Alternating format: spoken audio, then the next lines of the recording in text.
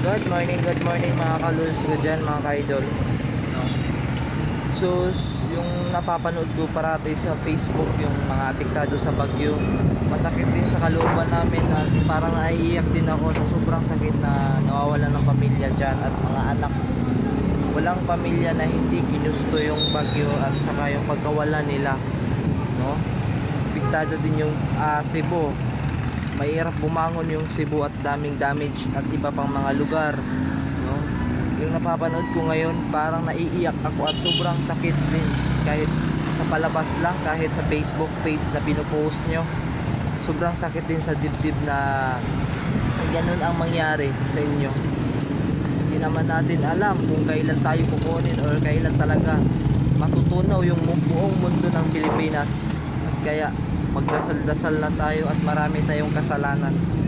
Sana hindi na mauulit pa. Kasi sunod-sunod yung bagyo ang ranas natin ngayon. No? Ibang lugar na apektaduhan din. Sobrang sakit at sa mga nawawala ng pamilya dyan at sa mga anak din. No, happy condolence na lang po sa inyong lahat dyan. Sobrang napakasakit po. At hindi naman natin ginusto yun talaga. Maraming salamat po at ingat po na lang tayo sa susunod na bagyo at may bagyo na naman ulit parating sa buong Pilipinas at papasok daw. Ingat na lang po tayo, God bless, at sana iwas na lang muna tayo sa may marunong bumaha lakas.